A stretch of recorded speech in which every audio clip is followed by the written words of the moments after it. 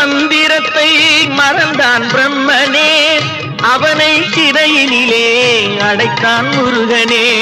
பிரணவ மந்திரத்தை மறந்தான் பிரம்மனே, அவனை சிறையினிலே அடைத்தான் முருகனே. அதனால் கந்தனிடம் பிரம்மனும் மிரளுவான், அதனால் கந்தனிடம் பிரம்மனும் மிரளுவான். கந்தன் அடியவர்க்கு அவனும் அருளுவான், கந்தன் அடியவர்க்கு அவனும் அருளுவான். கந்தனிடம் செல்லுங்கள், என்ன வேண்டும் சொல்லுங்கள். கந்தனிடம் செல்லுங்கள், என்ன வேண்டும் சொல்லுங்கள்.